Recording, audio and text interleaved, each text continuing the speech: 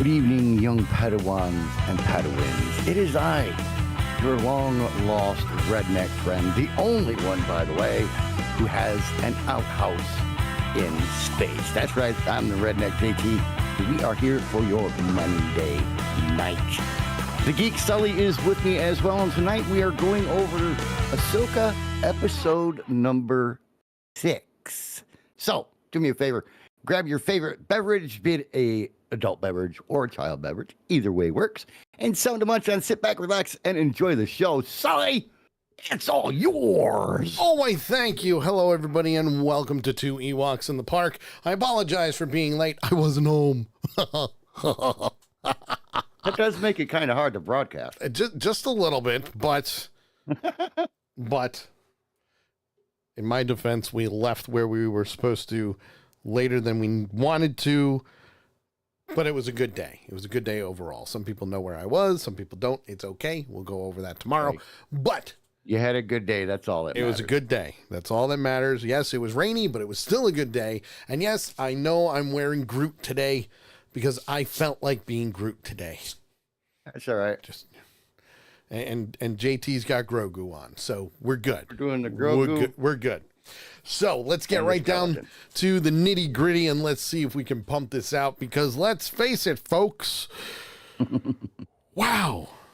No doubt. Wow. Oh. Before you do that, yes. Real quick, want to say hi to Nakaya, Carol, and Will, who are all in the chat room with us, hi. As well as our good friend Ian, who is tuned in but working, so he can't be in the chat room. Boo to work. Boo to work. But yeah, very, very, very interesting episode. Yes. I mean, if you compare this episode to episode 6, two totally different worlds. Not, and you mean 5? Literally too, but just two totally different feels. Yeah. Episode 6. I mean, for starters, holy crap. Just right? Holy crap. And I will say this. First of all, hey, Salty, how's it going, dude? I will say this. When it came to just seeing the title of this episode, Far, Far Away. Right. I went, this is going to be a good one. This is going to be a good one, yep. This is going to be a good one. As Lady Death just said in the chat room, holy shitballs. Yeah. Yeah. Nice. First and foremost, the whole opening scene was spot on, reference after reference. Right. So if you hadn't watched Clone Wars, you hadn't watched Rebels, and you hadn't watched anything like Tales of the Jedi, you haven't watched Revenge of the Sith, Bad Batch, you name it. This whole thing, just this one scene. Because in this scene, so many Star Wars references. Just a few. Legends, stories, and a lot of people will overlook it. A lot of people will overlook that this short scene paints a bigger picture. Yes, it does. A much bigger picture. Nikaya in the chat room, she says, I do have to say, this episode did go by fast as... It did, right?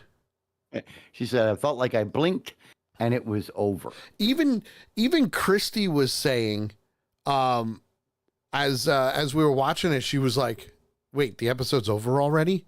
And I went, yeah, but oh my God, the doors it opened. You know you're doing it right when the huge fight, battle scene, and graphic scene and everything that you had the episode before feels like it lasted longer than the episode where it's mostly just sitting and talking. Oh. Yeah. I mean, to be able to do that almost without even trying is amazing. It's just simply amazing. Yeah. Well, That in itself. in this whole opening scene, Ahsoka and Hu Yang are traveling through hyperspace in the mouth of the Purgle. And the two are talking about the stories of space whales, which I still believe coincides with exactly what was happening in The Mandalorian season 3, where Grogu saw the space whales in hyperspace. And to me, he was sensing Ahsoka. So now we're parallel, and now we're going off into our own different stories. Mandalorian finished what they were doing, and Ahsoka was just beginning the end of her season. Okay. Well, and if you look at it closely, because I looked at it a little bit closer when I was watching it the second time today. And if you watch the motion of the whales, or excuse me, the octo whales, as I call them, the Purgle, if you watch the motions of them as they're going along, and if you were to play that part of Mandalorian at the same time, you could damn near sync it up. Yeah, oh yeah. So I am really starting to agree with you that those two stories, timelines merged just for a small second. Yep. Just for a small second, but they merged together at that one point and then went their separate ways. Yeah. I am starting to agree with you on that. It ties in perfectly. Mm-hmm. It really does. Well, it does, especially with the way, when you think about it, especially with the way that Grogu looked when he turned his head. Just the way that he turned his head, it was like he felt something. He was looking for something. Absolutely. And all he saw was the shadows of the Purgle. Right.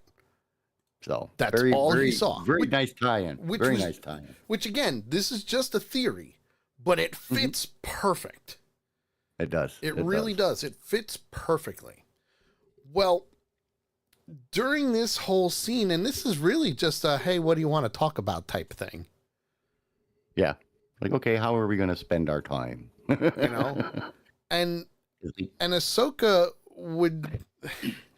Ahsoka even asked him, you know, Hu Wang would tell her about the other Jedi younglings at the temple, and she also said, well, I really don't want to hear about those.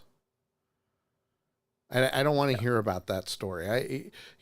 And he's got archive stories left and right because he was a Jedi temple droid who is now under Ahsoka's ownership. And that's if she even owns him.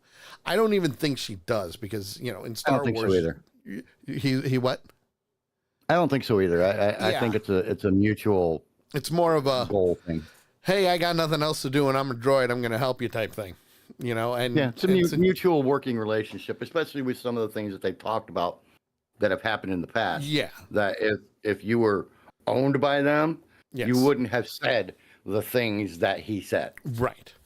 And at one point in time, even Hu Yang goes, well, what about you telling me a story?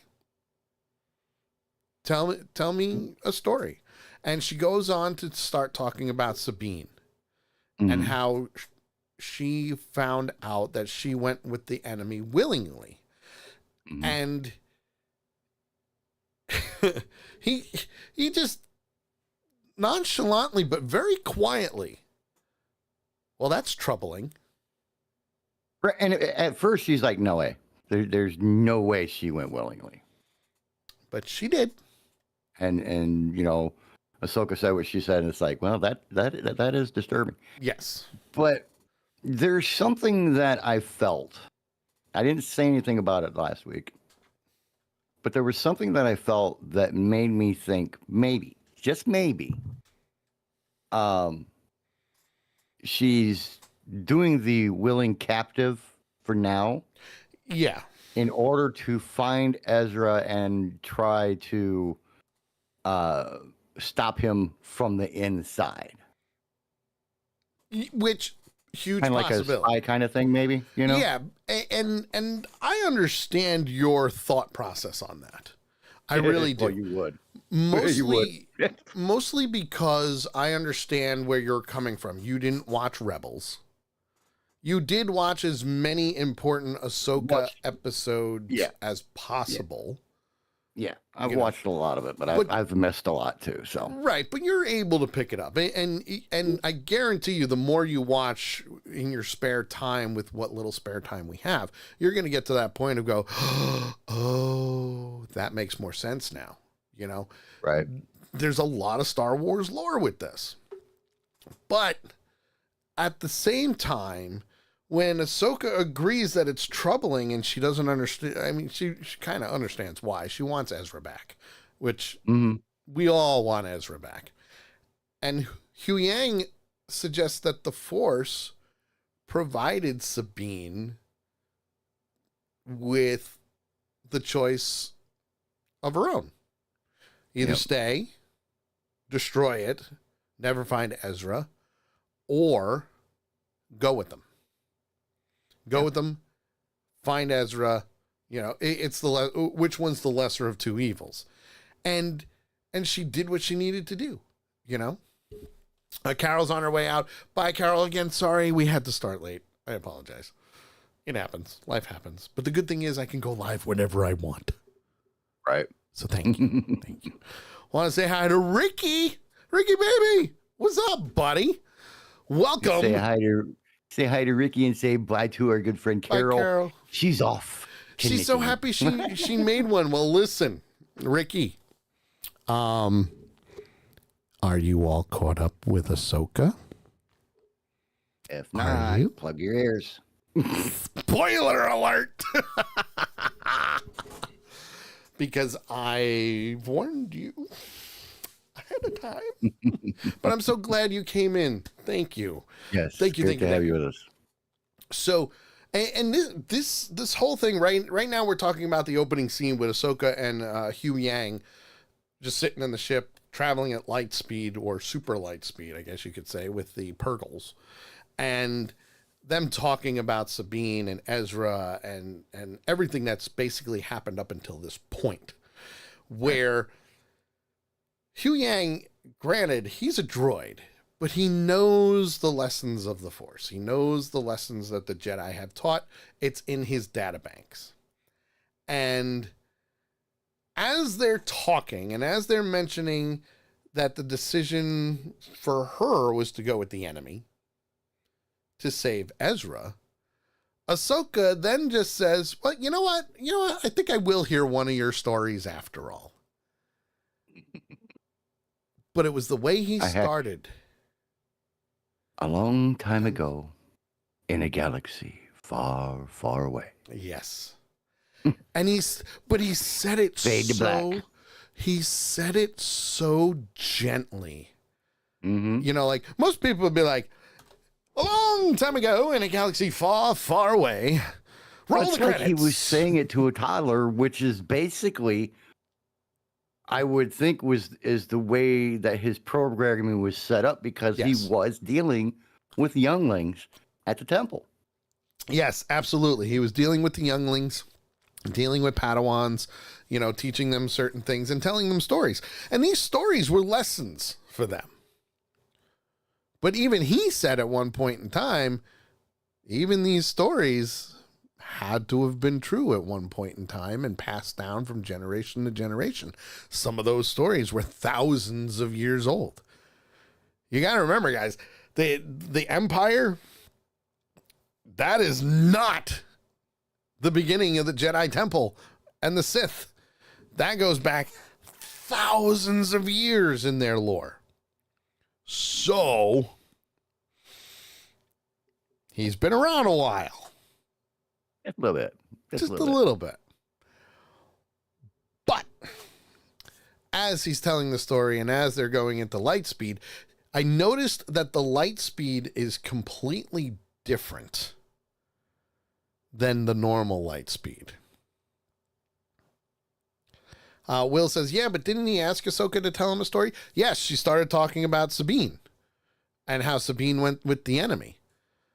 But see, what Ahsoka doesn't realize, and I can't say that. She probably does realize this. And yes, I know we're talking about a fictional character here, but it's the way she's interpreting what Sabine did. Yeah. For her, now mind you, she's not a Jedi.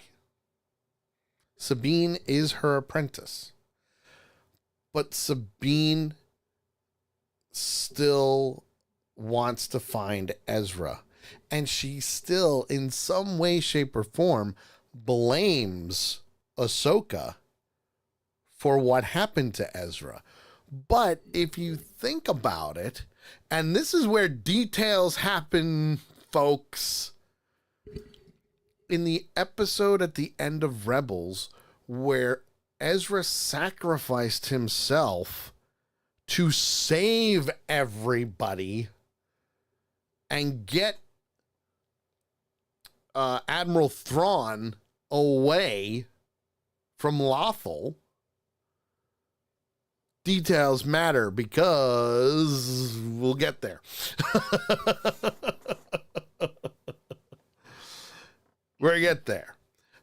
Will says, I really think that the robot is still training her to become a Jedi.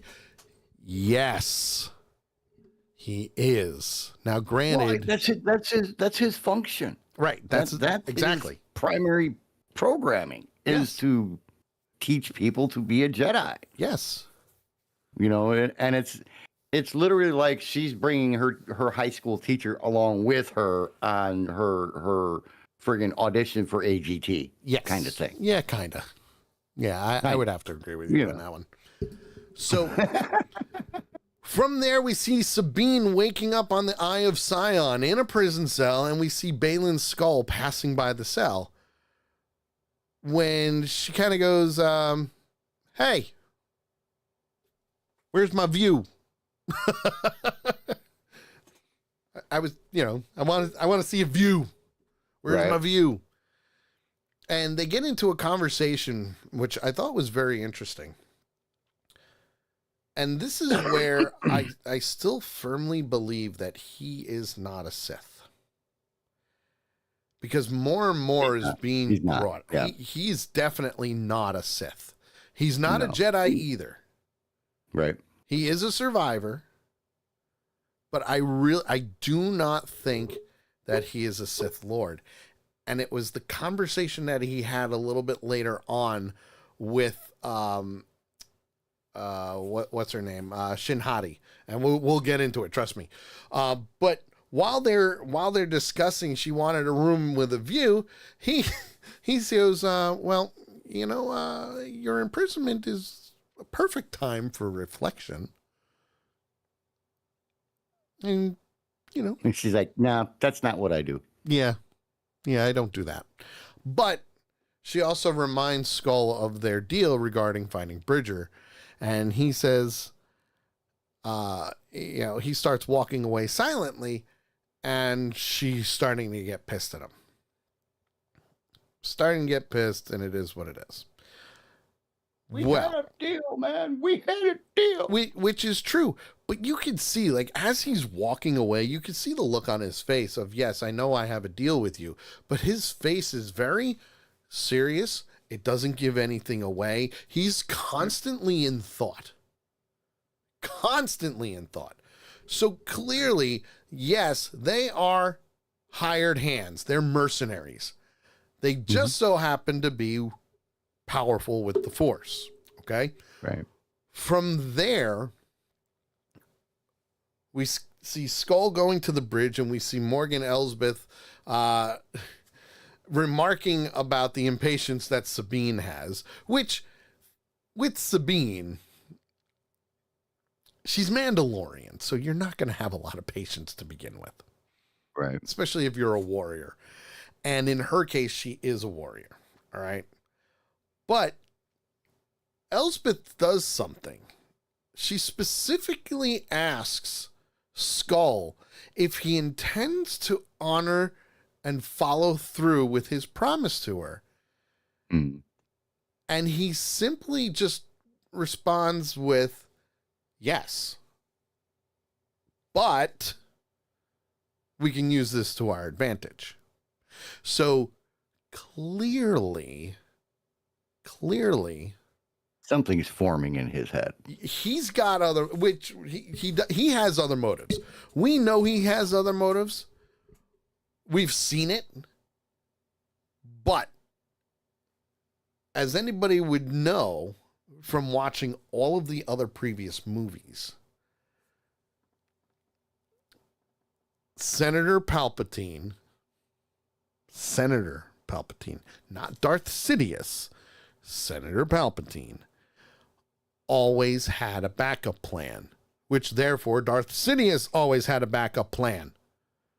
Everybody has it. If you're smart, Yes. everybody has a backup plan. Absolutely. Absolutely. Especially in this day and age. So you can tell that there's already something brewing in his head. Mhm. All right. So as he says it, he even says that her search for Ezra is blinding her. That's all she wants is Ezra back. But it's blinding her to see exactly what's in front of them at this moment in time. Yeah, her impatience But, and blindness. right. But they can use that. They can use that impatience as a doorway to basically open up something else. Now, at that same, it's a literal translation of use your enemy's force, speed and force and everything against them. yes. It's what is it? The Rules of War. I can't think of the freaking name of the book now. War and Peace? No. I don't- It's an old Japanese, The Art of War. Art of War. Okay. Art of War. I got you. And that's what it talked about. I see. Use your enemy's momentum against them. Yeah. And all her momentum is going nowhere but Ezra. Yep. So let's use it to have some fun. Even with, Ahsoka trying to kind of make her realize, look, that if you stay that way, it's going to hurt you. Yes. She tried to pull her out of that. She was successful until she was faced with the choice while holding the ball in her hand. And he says, come with me and you will see him again. Yes. And boom, she was right back, blinders on, full speed ahead, heading to him. Yes. Now, at that same exact time, we come out of hyperspace right in front of the planet or the moon. They say they're moons. They're all moons, Peridia. Now, Peridia, honestly, doesn't have much about it. No, it looks from the air or from space, I guess you would say. It doesn't look like a very exciting place. Very foreboding. Yeah. Even when I saw it, I thought of Saturn, with the rings and everything around it. Sure. Of course, until I saw the whale graveyard. But we'll get into that too. Right. When you look at Saturn, and you're like, oh man, that's cool. You look at this place and it's like, do I really want to go there? Yeah, it's interesting. It has a foreboding feel. That's what I was trying. It has a foreboding feel to it. Damn, it takes me a while to get places sometimes. We'll get there. But that's why I'm the only redneck with an outhouse in outer space. Yeah, but the thing about Peridia is even Baylan Skull has heard of this place through the teachings and through the younglings at the Jedi Temple. Again, in fables. Yeah, fables, legends, urban legend stories passed down, so on and so forth. And I think he actually says that a little later in the episode when he's talking to his apprentice. Well, yes, but he also mentioned it a little earlier on too. So, Sure. a couple of episodes ago, I'm pretty sure is when they first mentioned it. Now, this is the same exact place that Admiral Thrawn was exiled to. Mostly because Ezra did whatever he needed to do and the Purgles took them there. But this is one of the things that, for us, it was like, okay, this is actually the home world of the Dathomiri, also known as the Night Witches, also known as deep within the Force, also known as the ancestors of Elsbeth.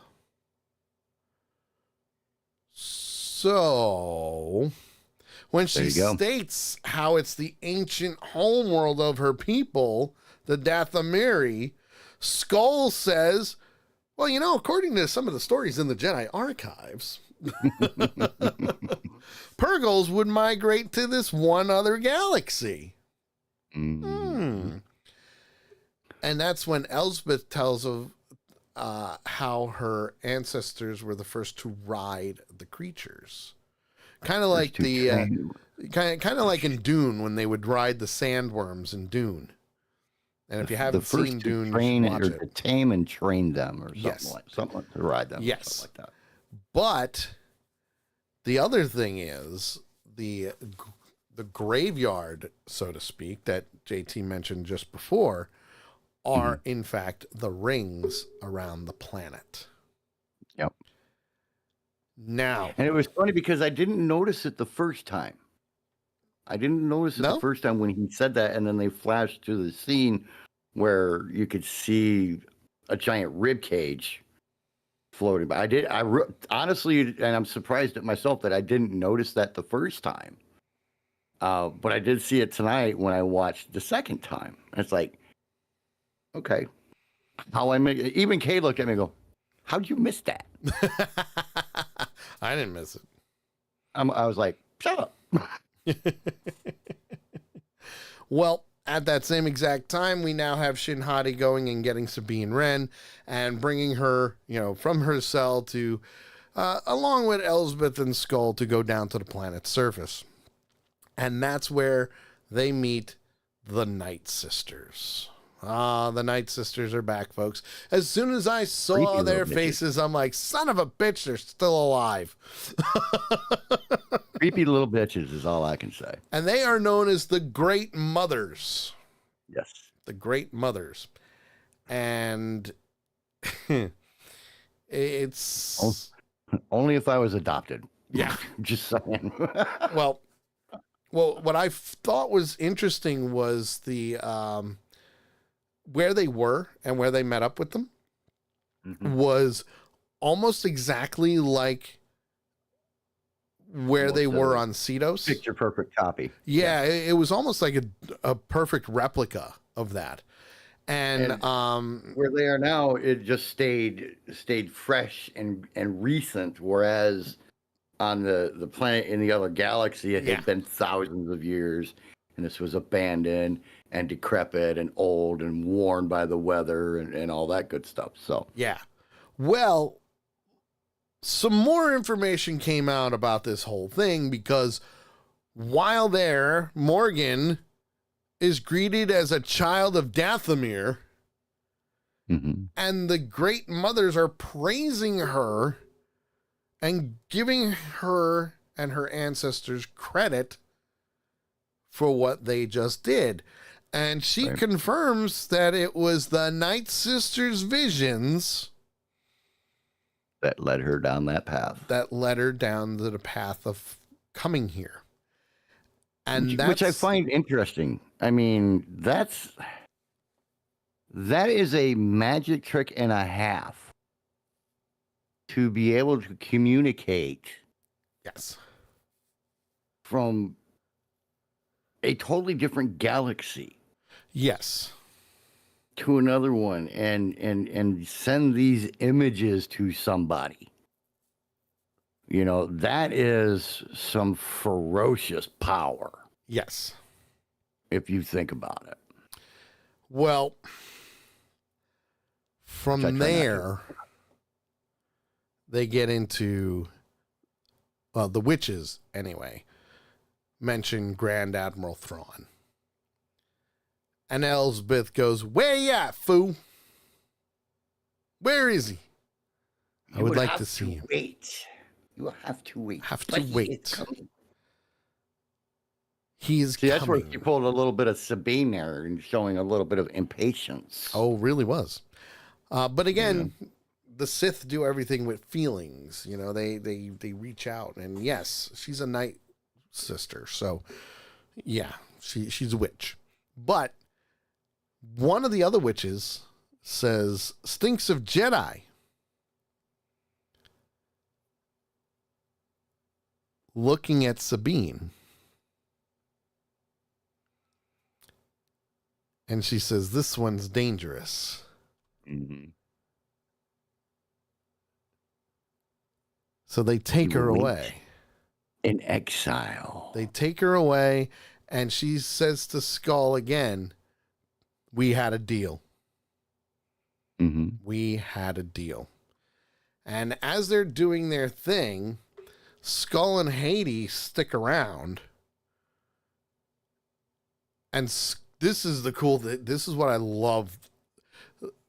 First of all, it's sad that we're never going to see this character again because, well, we're never going to see this version of the character again unless he, for some reason, dies in the next couple of episodes, which there's only 2 left, by the way. Mm-hmm. They're going to have to recast him anyway, which sucks. Right. It does. It sucks. I love the portrayal of Baylan Skull. He's amazing at what he does. And it sucks that he died way too soon. But while they're there, Skull is telling Hades that Peridea is kind of like a place of dreams and madness. Like children's stories come to life. Mm-hmm. And Hades says, "I don't know of these. You never told me these." And he said, "That's because you were not raised at the Jedi Temple on Coruscant," which is true. So he was. Yes, he was. He was. Okay, I wanted to confirm that Yes. with you. He was trained in the Jedi Temple initially until Order 66, which is when he walked away. He is actually a general from the Clone Wars. Right. Which is brought up. Right. And later. Since he's a survivor of Order 66, he left the Order completely, did what he needed to do to survive. Okay? Right. But he also says that the tales have been forgotten long ago. Right. And Hades says to him, "Yeah, but sometimes stories are just stories," which, yes, that is true. Sometimes stories are stories. But isn't the comment made, I don't know if it was in this episode, but I know it was somewhere in this series where the comment was made that the stories had to come from something. Yes, it was this one. The story. It was this episode. Okay, the stories had to come from. They had to originate from something. Yes, not necessarily just a person's imagination. Yes, but what I really liked about this, mm-hmm. and this is just again the detail of Star Wars and the backstory and all of this stuff. Okay, every single character in the Star Wars galaxy has a backstory. Even the guy sitting in the corner of a bar has a backstory. Okay. But the cool thing was, he said that when he was just a little bit older than her, he watched the temple burn and couldn't understand why. Yep. But then he says, one ages and learns history. And he's talking about himself, but you can tell he is now teaching her. He is teaching her right now. Isn't this where? And we'll mention this in the chat room. And I didn't want to bring it up until we got to that point. But isn't this where he talks about how this is a vicious repeating story? Yes. Of the force is, or a force is born, a force grows up. Yep. And it gets destroyed and burns down, and then it starts all over again. It is history repeating itself over and over and over again. Yes. Which, if you think about it, and this is true. A truer statement has never been made. The fall of the Jedi and the rise of the Empire, it was inevitable. It's a repeating cycle, okay? Mm-hmm. Now, before we started Ahsoka, we got into a video of Freddie Prinze Jr., who did the voice of Kanan in Rebels, okay? A Jedi. Flat out nailed it across the board that there's no great Jedi, the Force makes balance, and so on and so forth. Darth Maul is one of the coolest characters out there, but he is destined to fail every single time. It's an uphill battle. It comes from Greek mythology. Okay? Mm-hmm. It does. It comes from a lot of the stuff is Greek mythology and samurais and religion and all that stuff. It all full circle. Okay? Full circle. 2 Sith are in power. Palpatine and Darth Vader. 2 twins are born. Balance. Luke and Leia were born. 2 and 2. Yes, there are other Jedi out there, but there are other Sith out there too. There are other Force-sensitive people out there. It's just the way that it's brought up. It is a vicious cycle. And this is what other people who watch Star Wars get really, really pissed about. I'm talking about the fans that are like, oh, this fucking sucks. They don't get it. They don't get it. Yeah, like Will said in the chat room, life is a circle. It has no beginning and it has no end. Bingo. Okay? Now, this was a cool thing. This whole teaching moment for Haiti was a cool thing because she also asked questions. And with that question, she said, it is their turn. She asked if it was their turn and if Thrawn's return will finally bring them power. And Skull said the power is fleeting. Instead, what I seek a new beginning to bring the cycle to an end. Which right there tells me there is more to him than just a hired hand. Yeah, question. Isn't this also where he mentions the fact that not only are they trying to escape to get back to the other galaxy, but he also says something, I don't know if it's here or if it's later, or during the tracking time, I'll just say, where he mentions maybe they're fleeing from a higher power that even they cannot control.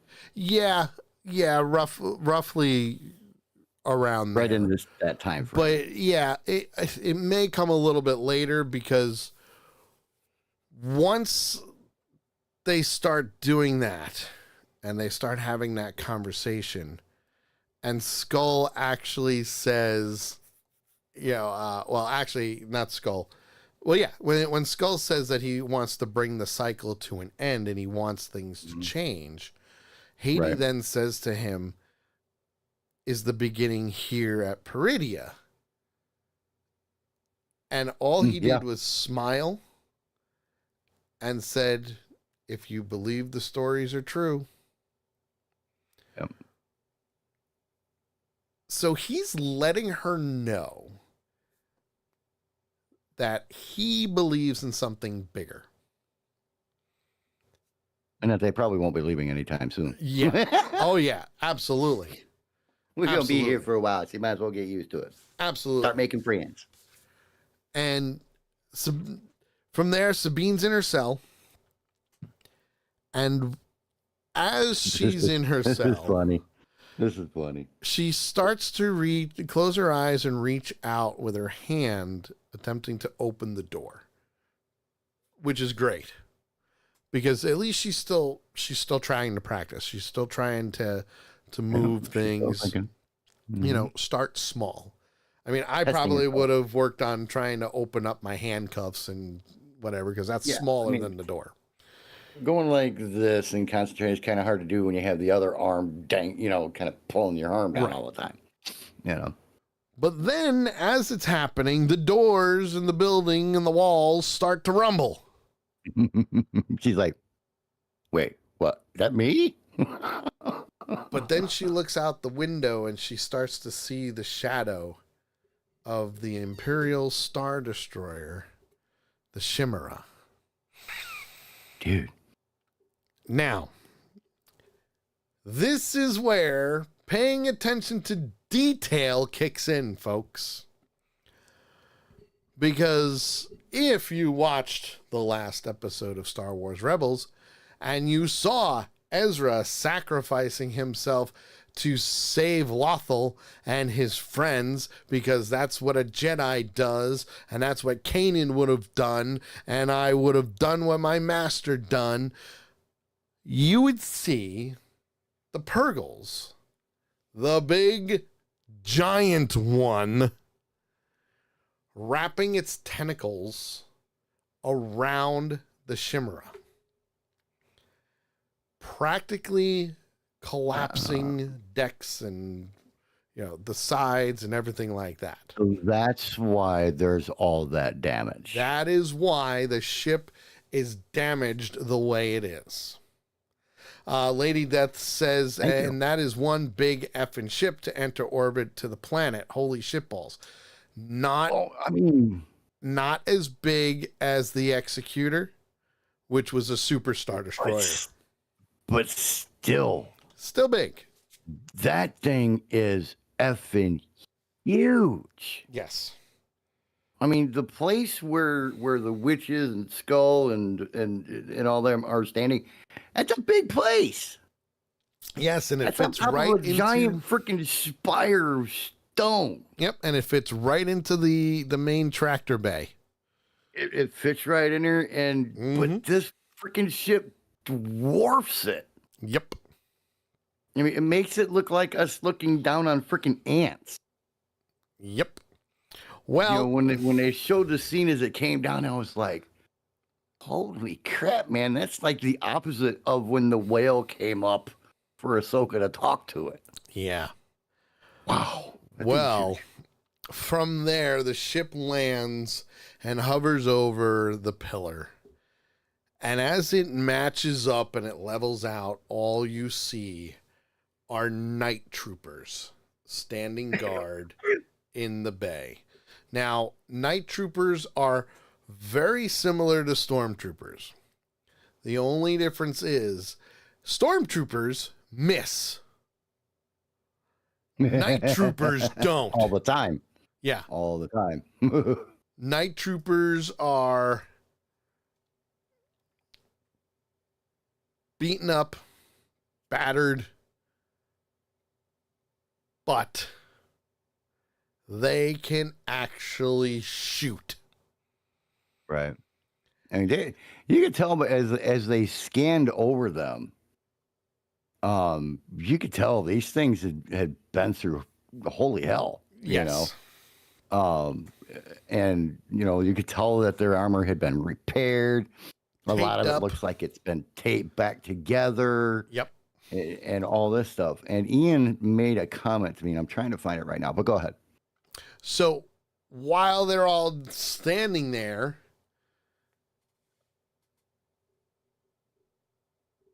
we see a nicely dressed, blue-haired, blue-skinned character walking between the night guards. And it's the one, the only, Grand Admiral Thrawn. With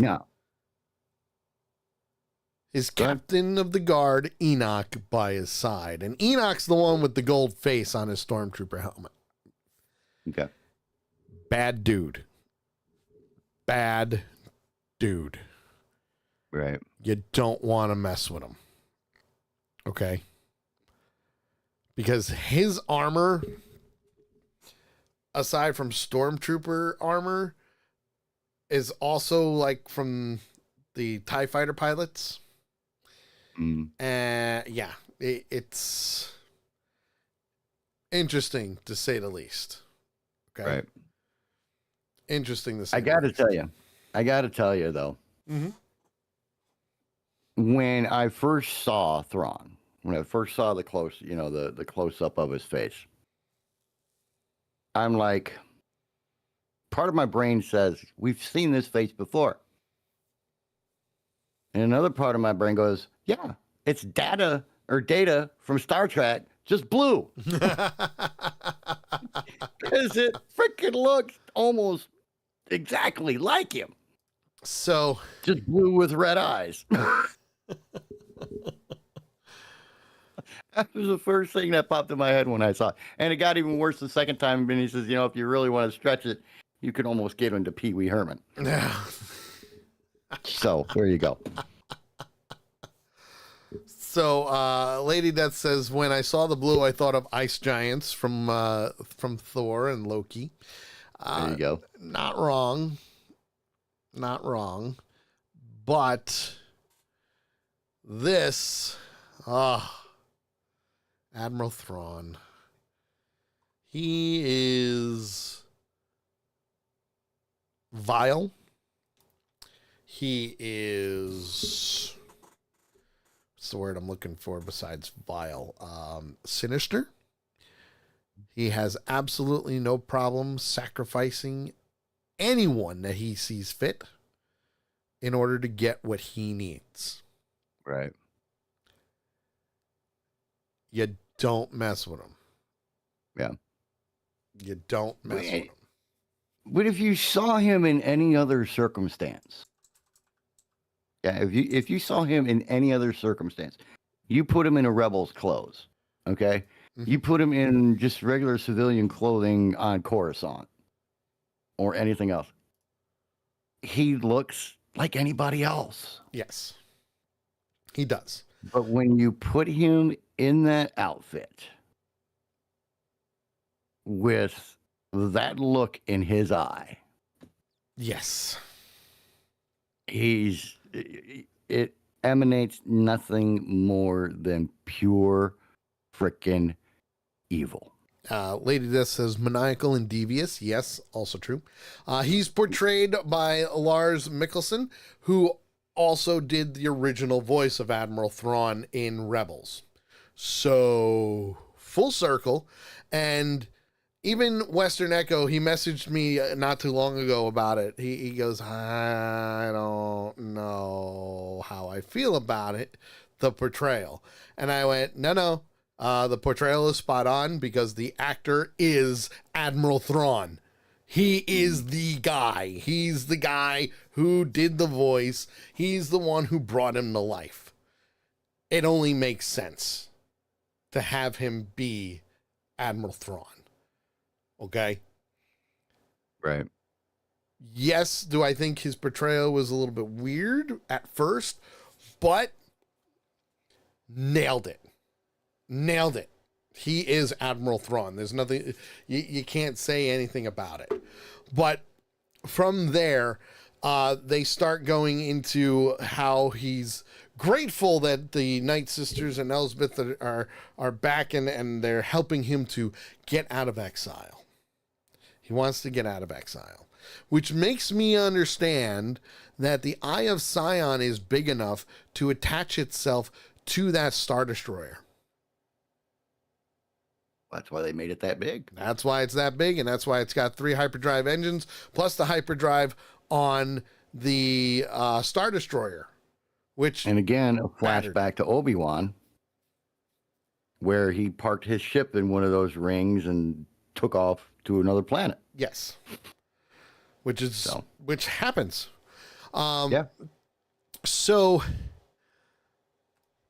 Thrawn introduces Enoch and announces that he will begin a cargo transfer as per an agreement with the Great Mothers. So they're going to be doing some interesting things, probably upfitting the ship, maybe making it a little bit better, fixing things, so on and so forth, because they've been exiled for what, 6 years, maybe, give or take, maybe more, somewhere around there, somewhere around there.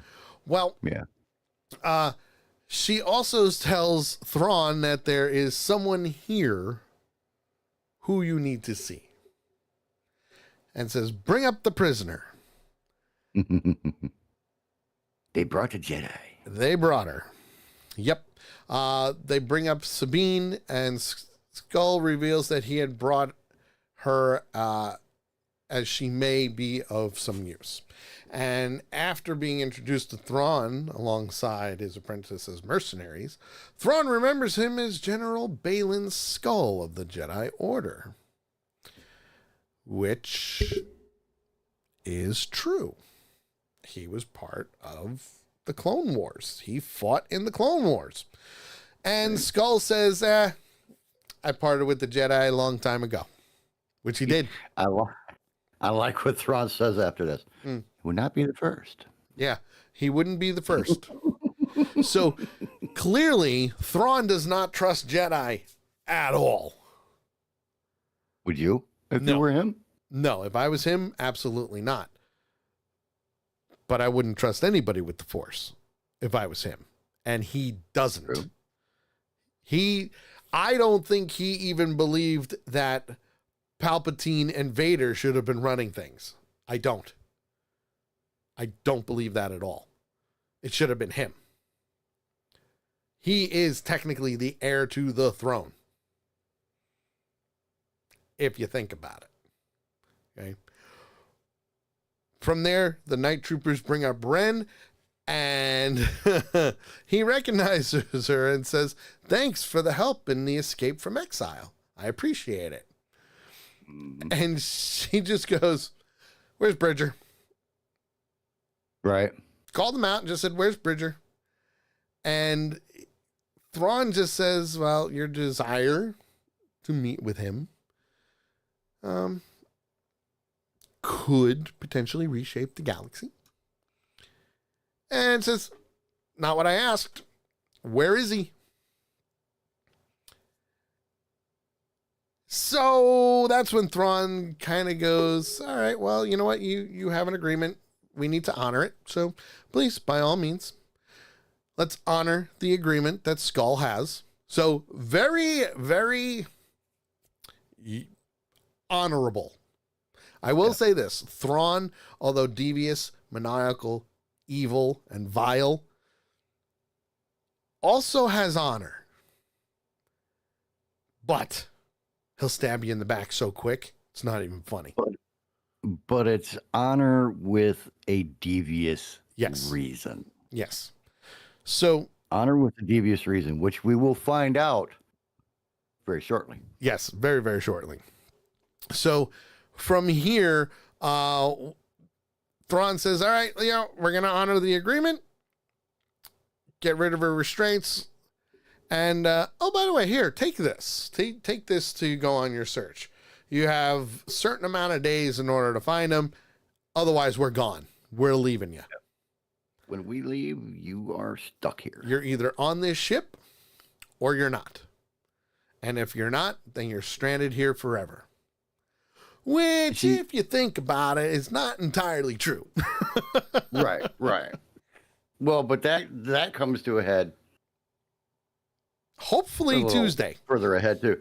But this is the part of the reason that that statement and this entire situation right here reinforced my feeling that the reason she went with him was to find Ezra. Yep. And to sabotage their return from the inside. Makes sense.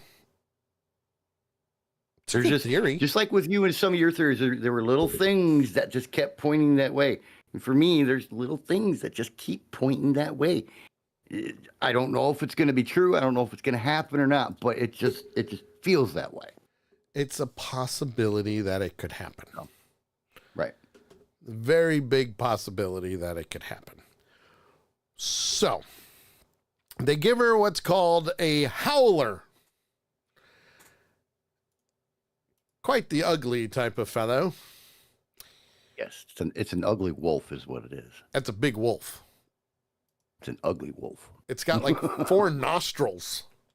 It's even uglier than the ones in Lord of the Rings. And those were worse. But yes, howlers. Clearly, they're,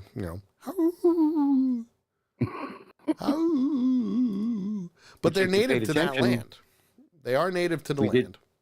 Yep. And we did see them doing that earlier in the show. Yes, we did. They give her blasters, her lightsaber, and before she leaves, he goes, one warning. Die well. Yeah. Die well. Well, and the reason he said that was he gave her one warning. Yep. There are people out here, they are marauders, and they live off of themselves and others. So die well. Yeah. I want to thank Will for subscribing to the channel. Thank you, sir. Thank you, Will. I don't have notifications on right now because I'm working on new ones. I am working on new ones. They'll pop up eventually. I've even got like cool new screens that they're going to pop up in. It's going to be wonderful. Yay. But thank you, sir. I do appreciate it. He did that with Amazon Prime. So thank you, sir. Now you can use the Accidental Punch logo and you get the one. It'll be right next to your name too. Lucky you. Mm-hmm. Well, my friends, from there, she goes off on her ride. Yeehaw. Off to find Ezra. And at the same time, Skull, Haiti, Elsbeth, and Thrawn are all watching her leave. And Haiti says she's embarking on a fool's errand. And Thrawn said, follow her at your own pace. Didn't he also say maybe she is? Yeah, or probably. Something along those lines? Probably. I thought I heard him say that, but that's just me. Go ahead. Probably. But Haiti also says, I thought we were going to honor her agreement and not harm her. And Thrawn says these things. He says he allowed Ren to leave to find Bridger, only so that she and her master can destroy them both. He's keeping his word. He said that he would let her. He would bring her with, and she would see Ezra again. Yes.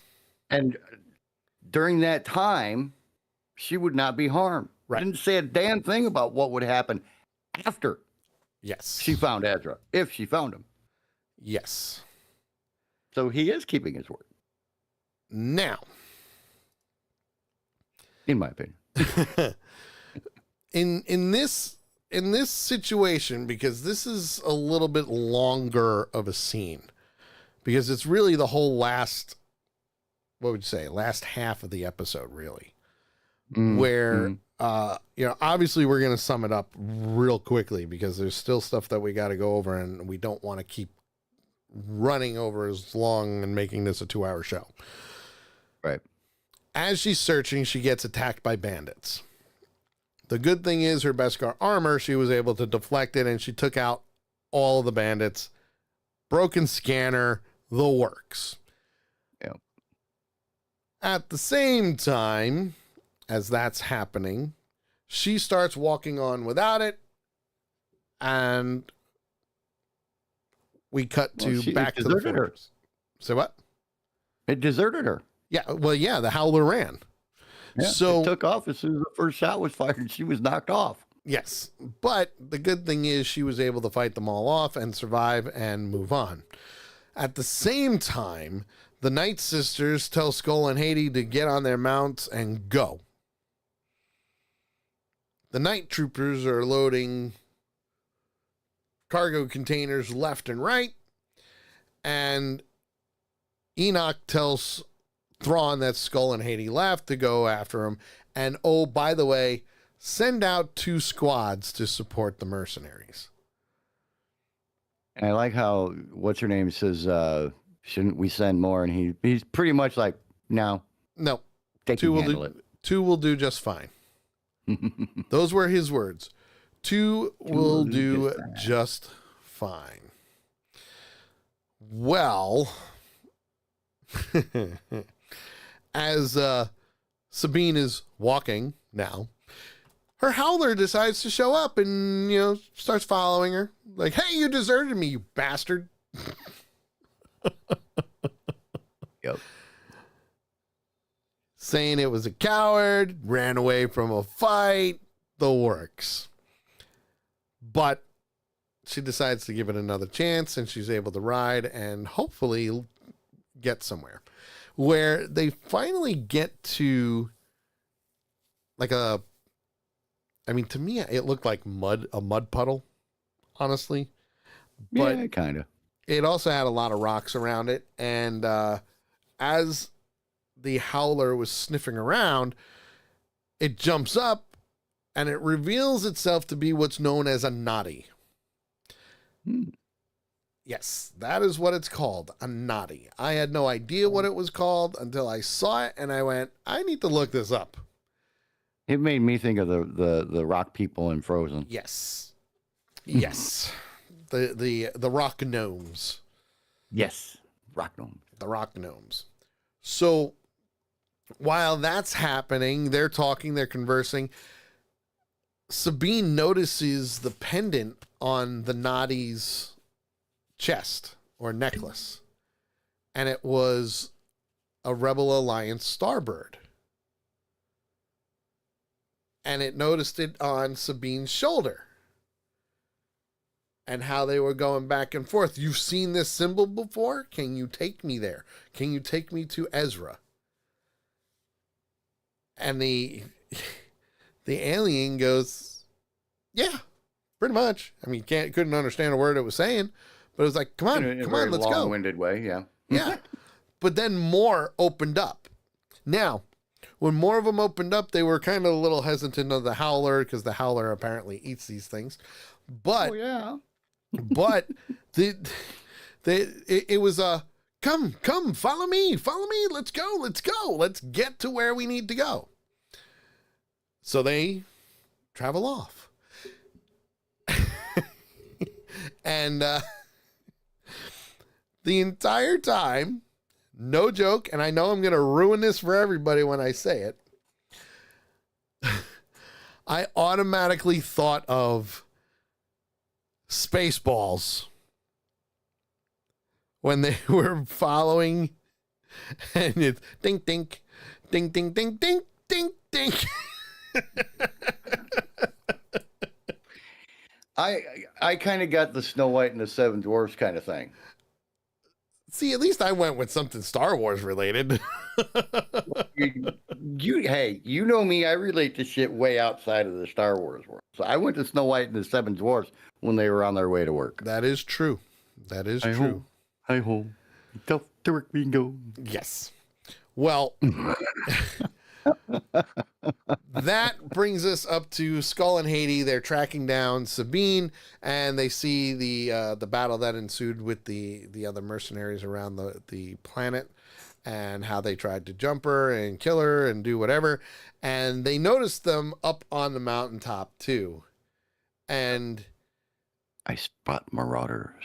yep, I spot marauders. But the entire time, they're kind of going back and forth of, is she alive? Is she not alive? Yeah, I think she's alive.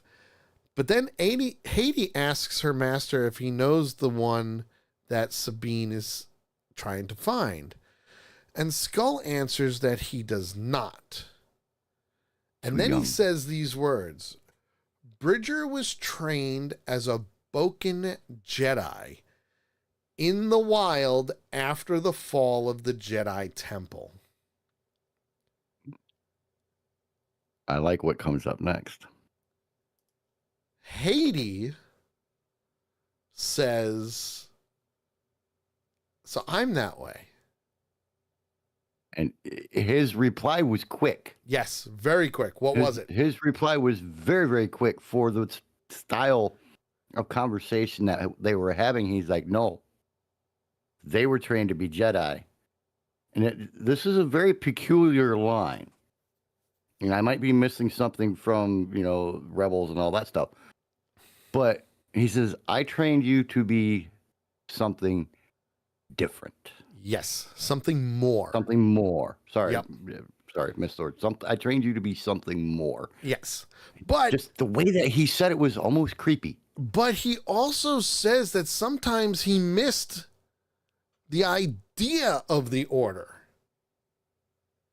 But this is where things get a little tricky, because not the truth the result or the weakness of it. Right. And he said there was no future there, which makes him very relatable to Ahsoka. Very relatable to Ahsoka. Very much so. And Hades then starts to wonder, what did he see in the future? And then she said, am I like a wasteland? Am I like this? No. But this was once the witch kingdom of the Dathomiri. So the Force is strong here. In reality, the Force is strong on this planet. The Night Sisters wanted to leave, but there's something calling him.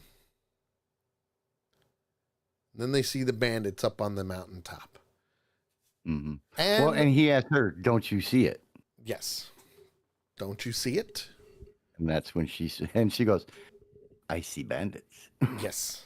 But his response was great. That old Chinese proverb, the enemy of my enemy is my friend. Which, yes, clearly there's more to that proverb.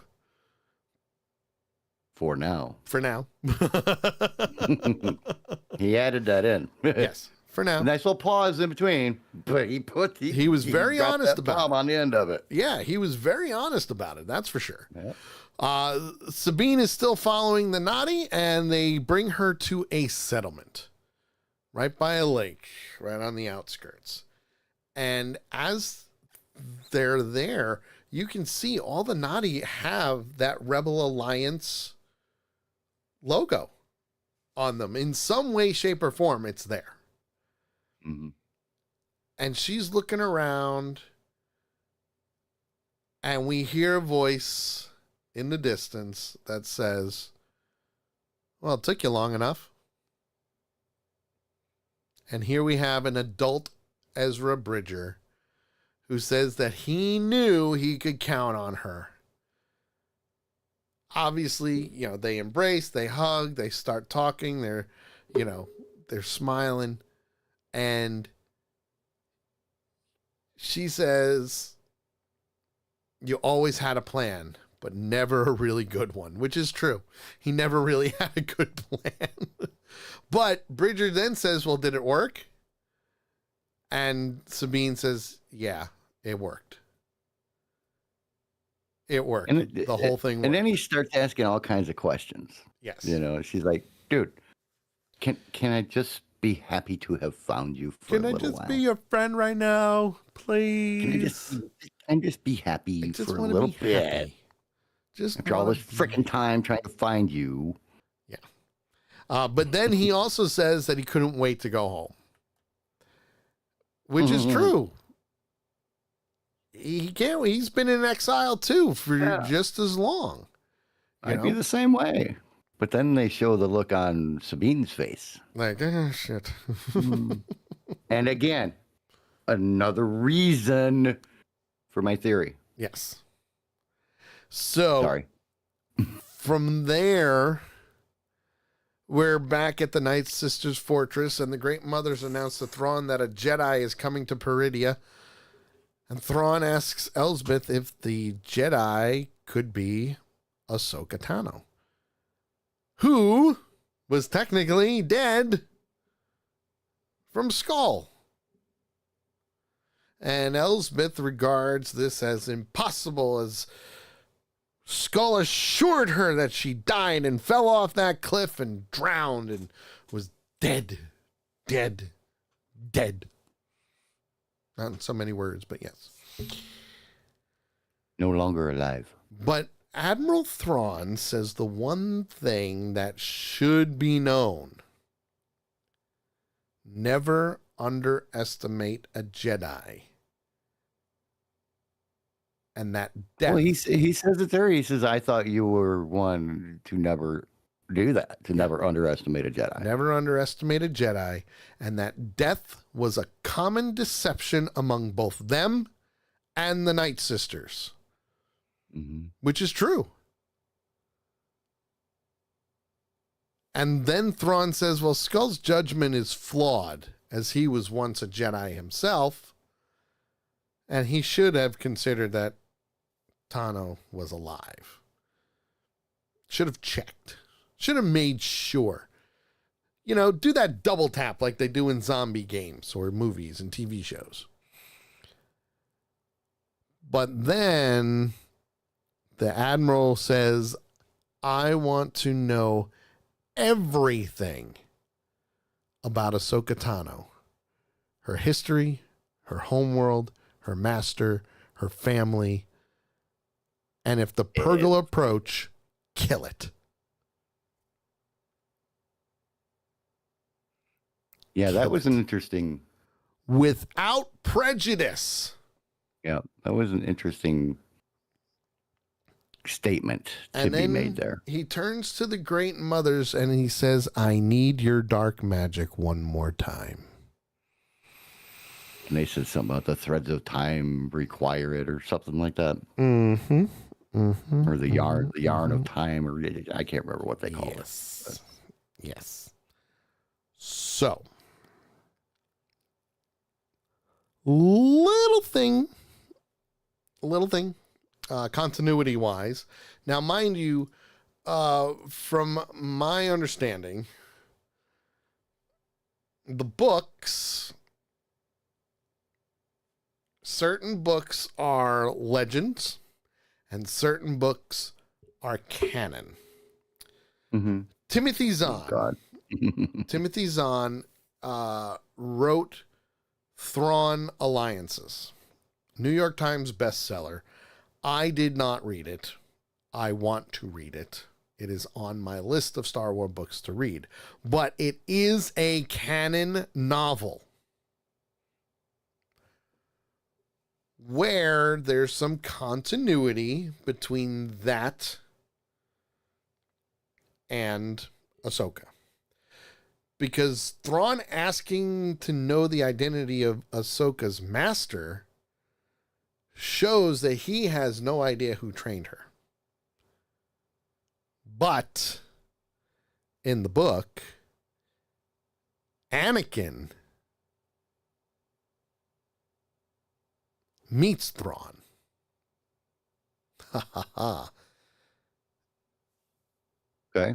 And is told about Ahsoka Tano's Marg Sabal maneuver where she uses the lightsabers. and basically doesn't hold him and just creates a circle and does whatever. So that kind of messes with continuity a little bit, but not really. Because again, this has been years. Would Thrawn forget something like that? I don't know. Could he potentially? Yeah, maybe. Maybe. Anything's possible. But I will say that this episode, all the callbacks were phenomenal. Dave Filoni, we trust. I'm giving this one, just like I gave last week's, it's a 5. 5 lightsabers for me. It was amazing. Amazing.